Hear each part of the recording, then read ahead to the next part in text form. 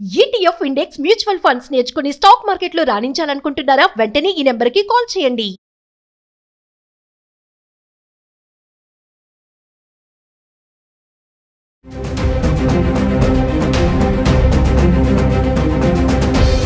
నమస్కారం, నేను మీ సంగీత. ఉత్తరప్రదేశ్ లో ఒక భర్త భార్య విషయంలో ఎంత కిరాతకంగా ప్రవర్తించాడు అనేది ఒక్కసారి మనము ఈ వీడియోలో తెలుసుకుందాము. వాళ్ళిద్దరు భార్యాభర్తలు పెళ్లి చేసుకున్నారు, బానే ఉంటున్నారు. అయితే ఉంటున్న సమయంలో భర్తకు భార్య పైన చాలా అనుమానం అన్నట్టు. అతను పెయింటింగ్ పని చేస్తూ ఉంటాడు. అతని పేరు వచ్చేసి అలీ, భార్య పేరు వచ్చేసి ఫాతిమా. ఇంట్లోనే ఉంటుంది. అతనికి 47 ఇయర్స్ అవుతే ఆవిడకు వచ్చేసి 30 ఇయర్స్, అంటే దాదాపుగా 17 సంవత్సరాల గ్యాప్ ఉంది. ఈ కారణంగానో మరి ఏంటో తెలియదు కానీ చాలా ఎక్కువగా అనుమానిస్తూ ఉండేవాడు. ఆ అనుమానంని ఆవిడ తట్టుకుంటూనే ఆవిడ కాపురాన్ని అలా కంటిన్యూ చేస్తున్నప్పటికీ కూడా ఎవరితోనో మాట్లాడుతుంది, నేను పనికి వెళ్ళినప్పుడు ఎవరితోనో కలుస్తుంది అని చెప్పేసి అన్న మైండ్ లో ఎక్కువగా అతనికి అనుమానం అనేది ఎక్కువగా అయిపోతూ వచ్చింది. వచ్చిన తర్వాత ఒక రోజు ఏం ప్లాన్ చేశాడు అని అంటే, అతను ఏదో ఏదో జరుగుతుంది నాకు చెప్పట్లేదు అని చెప్పేసి ఆవిడకు ఒక 5 రోజుల పాటు నిద్ర మాత్రలు ఇచ్చి ఆమెను నిద్రలోనే ఉంచాడు. తర్వాత నెక్స్ట్ ఇంకా ఇలా లాభం లేదు, ఈమె నేను పనికెళ్ళిన తర్వాత ఖచ్చితంగా నిద్రలకెళ్ళి లేచి మరి మళ్ళీ ఏదైనా ఎవరినైనా కలుస్తుందో మాట్లాడుతుందో, ఇదే ఇంకా ఆయన మైండ్ సెట్ మొత్తం ఇంకా అలాగే కంటిన్యూ అవుతూ వచ్చేస్తుంది అని చెప్పేసి ఒక రోజు ఏం చేశాడు, 5 రోజుల తర్వాత పురుగుల మందు ఇచ్చేసి ఆవిడ్ని నిద్రలోనే చంపేశాడు. చంపేసిన తర్వాత ఇంకా బాడీని డిస్మాంటిల్ చేయాలి. ఎక్కడ చేయాలి, మొత్తం కనిపించకుండా చేయాలి అని చెప్పేసి ఏం చేశాడు, వాళ్ళ ఫ్రెండ్స్ ఎవరైతే అలీ ఉన్నారో అలీకి సంబంధించిన ఇద్దరు ఫ్రెండ్స్ ని పిలవడం జరిగింది. ఒక అతని పేరు షారుఖ్ ఖాన్, ఇంకొక అతని పేరు వచ్చేసేమో తన్వీర్. వాళ్ళిద్దరిని పిలిచి ఈవిడ కొంచెం స్పృహ తప్పిపోయింది, తీసుకెళ్దామని చెప్పేసిన తర్వాత వాళ్ళు గుర్తించారు, అదేంటి స్పృహ తప్పిపోయినట్టుగా ఏమీ లేదు కదా, ఏదో ప్రాణం పోయినట్టుందన్నా అని చెప్పేసి అన్నట్టుగా మాట్లాడారు. మాట్లాడిన తర్వాత సార్ నాకు హెల్ప్ చేయండి, మీకు నేను ఇంత డబ్బులు ఇస్తాను అని చెప్పేసి అని వాళ్ళిద్దరిని పిలిచి తీసుకెళ్లి శ్మశాన వాటికలో దగ్గరలోనే మొహరాలి సంథింగ్ ఆ శ్మశాన వాటికకు తీసుకెళ్లి అక్కడ మొత్తము కూడా బాడీని పూడ్చివేయడం జరిగింది. కానీ వెళ్తున్న దారిలో ఏం చేశారంటే, ఫాతిమా ఒంటి పైన ఉన్న బట్టలన్నీ తీసేసి ఒక కాలువలో పడేశారు.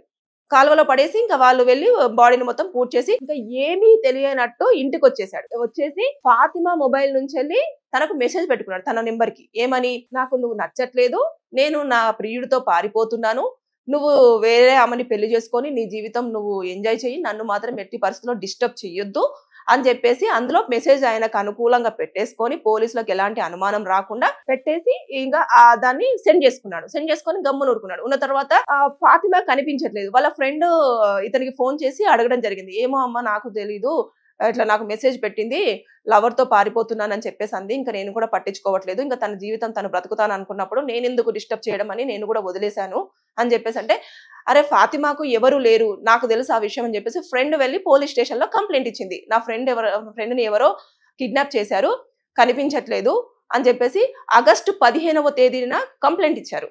కంప్లైంట్ ఇచ్చిన తర్వాత పోలీసులు హస్బెండ్ ను పిలిచి అన్ని వివరాలు అడిగితే ఏమో తెలియదు అన్నట్టుగానే ఉంటే అతను చెప్పే మాటలకి అసలు పొంతన ఉండట్లేదు అన్నట్టు. ఉన్న తర్వాత నెక్స్ట్ ఆయన ఇంకా ఏడవడము, నాకే మెసేజ్ పెట్టిందండి చూడండి అని చెప్పేసి ఇవన్నీ చూపించడము. ఇదంతా చూసిన తర్వాత పోలీసులు సీసీటీవీ అంతా కూడా మొత్తం చూసేస్తుంటే ఒక దగ్గర వీళ్ళ ఫ్రెండ్స్ ఎవరైతే అలీ ఉన్నారో అలీ ఫ్రెండ్స్ ప్లస్ తర్వాత అలీ ఆవిడ అపస్మారక స్థితిలో ఉన్న బాడీని వాళ్ళు కార్లో ఎక్కించడం అనేది కనిపించిన తర్వాత అడిగిన తర్వాత అప్పుడు నిజాన్ని ఒప్పుకున్నాడు. అవునండి నేను నాకు బాగా అనుమానంతో నా భార్యను నేను చంపేశాను అని చెప్పేసి ఒప్పుకున్న తర్వాత సీన్ ఒక్కసారి రిక్రియేట్ చేసి చూపించమని చెప్పారు అన్నారు. మొత్తం కూడా ఒకసారి ఎలా చేసావు ఏంటి అంటే, 5 రోజుల పాటు నేను ఇట్లా నిద్ర మాత్రలు ఇచ్చాను, తర్వాత నెక్స్ట్ పురుగుల మంది ఇచ్చాను, దాని తర్వాత నెక్స్ట్ చనిపోయిన తర్వాత నా ఫ్రెండ్స్ ని పిలిచి నేను కార్లో తీసుకెళ్లి వెళ్తున్న దారిలో బట్టలు మొత్తం తీసేసి కాలువలో వేసి బాడీని కూడా అక్కడే వేశాను అని చెప్పేసి చెప్పిన తర్వాత బాడీ కోసం మొత్తం ఆ కాలువ మొత్తం కూడా పోలీసులు వెతకడం జరిగింది. ఎక్కడ కూడా బాడీకి సంబంధించిన ఆనవాళ్ళు ఎక్కడ కూడా దొరకపోయిన తర్వాత మళ్ళీ గట్టిగా ఎంక్వైరీ చేసిన తర్వాత అప్పుడు ఒప్పుకున్నాడు, లేదు శ్మశాన వాటికలో మేము పూడ్చివేయడం జరిగింది అని. అప్పుడు ఆగస్టు 15వ తేదీన బాడీని కూడా బయటికి తీసేసి పోస్ట్ మార్టం నిమిత్తము అదే విధంగా ఇంకా టెస్టులన్నీ చేయడానికి కోసము హాస్పిటల్ కి పంపించడం జరిగింది. అంటే చూసారా, అనుమానం అనేది ఎంత దారుణంగా ఉందో. ఒక భార్య అతనితో ఎంత బాగున్నప్పటికీ కూడా అతను బయటికి వెళ్ళినప్పుడు భార్య ఏదో తప్పు చేస్తుంది, నాకు తెలియకుండా ఎవరితోనో ఉంటుంది, ఎవరితోనో మాట్లాడుతుంది అన్న ఒక్క చిన్న అనుమానంతో ఏమీ తెలియని భార్యని కడతీర్చారు భర్త. అంటే ఇలాంటి సంఘటనలు ఎలా జరుగుతున్నాయో చూసారా? అంటే ఈ విషయంలో అతన్ని పోలీసులు అదుపులోకి తీసుకోవడం జరిగింది. ఎవరైతే ఫ్రెండ్స్ హెల్ప్ చేశారో వాళ్ళిద్దరిని కూడా అదుపులోకి తీసుకున్నారు. ఇంకొకరు కూడా పరారీలో ఉన్నారు అని చెప్పేసి కూడా మెన్షన్ చేయడం జరిగింది. అయితే అతనికైతే ఎలాగో మీకు అందరికీ తెలిసిందే, హత్యలు చేస్తే ఏ కేసులు పడతాయి, ఎన్ని జైలు శిక్ష పడుతుంది అని చెప్పేసి అనేది కూడా ఉంది. ఇవన్నీ అంటే ఇప్పుడు చూసుకుంటూ ఉంటే రిలేషన్షిప్స్ లలో మీకు నచ్చకపోతే, నేను ప్రతి వీడియోలో చెప్పేది ఇదే, దయచేసి ఎవరైనా సరే మీకు నచ్చకపోతే వదిలేయండి. వాళ్ళ బ్రతుకు వాళ్ళు బ్రతుకుతారు. అంతేకాని చంపేయడాలు లేదంటే చచ్చిపోవడాలు అనేవి మీ పెట్టుకోవద్దు. లైఫ్ అనేది మీకు నచ్చినట్టుగా బ్రతకడానికి ఉన్న అవకాశం, బ్రతకండి.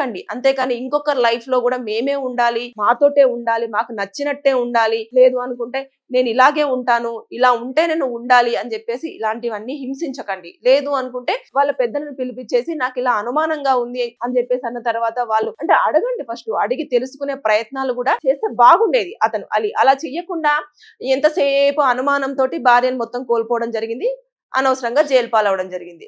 తనకి ఎవరైతే హెల్ప్ చేశారో వాళ్ళ ఫ్రెండ్స్ కూడా జైలు పాలయ్యారు. అంటే ఇవన్నీ కూడా సంఘటనలు ఏపీలో చూడండి, యూపీలో చూడండి, టీజీలో చూడండి, తర్వాత నెక్స్ట్ అన్ని ప్లేస్లలో, ఎంపీలో, మధ్యప్రదేశ్, ఇవన్నీ కూడా చాలా ప్లేసులలో ఇలాంటివన్నీ చోటు చేసుకుంటూనే ఉన్నాయి. అంటే భార్యాభర్తల బంధం అనేది ఈ కాలంలో నమ్మకంతో ఉండట్లేదు.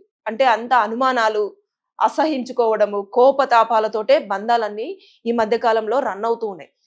ఏదేమైనా సరే గాని ఇక్కడ చేసింది మాత్రం చూస్తుంటే అదే దృశ్యం మూవీ ఉంది కదా, అట్లా కొంచెం ఆ దృశ్యం మూవీనే తలపించిందని చెప్పేసి మనం చెప్పుకోవచ్చు. అంటే మొత్తం పూర్తి స్థాయిలో పూర్తి చేసి అంత చేసేసి గమ్మున ఏం తెలియకుండా వచ్చి మెసేజ్ పెట్టుకొని అమాయకంగా యాక్ట్ చేశాడు. వాళ్ళ ఫ్రెండ్ ఎవరైతే ఫాతిమా ఉందో, ఫాతిమా వాళ్ళ ఫ్రెండ్ ఆవిడకు తిన గురించి పూర్తి స్థాయిలో తెలుసు. అదే విధంగా భర్త మంచోడని చెప్పుకుంది కానీ ఎప్పుడు కూడా అనుమానిస్తున్నాడు, ఇలా బాధ పెడుతున్నాడు అని చెప్పేసి చెప్పుకోలేదు. కాబట్టి ఆవిడ కూడా పోలీస్ స్టేషన్కి వెళ్ళినప్పుడు హస్బెండ్ మీద అనుమానం ఉంది, అతను ఏమన్నా చేసి ఉంటాడని చెప్పేసి ఆవిడ కంప్లైంట్ ఇవ్వలేదు.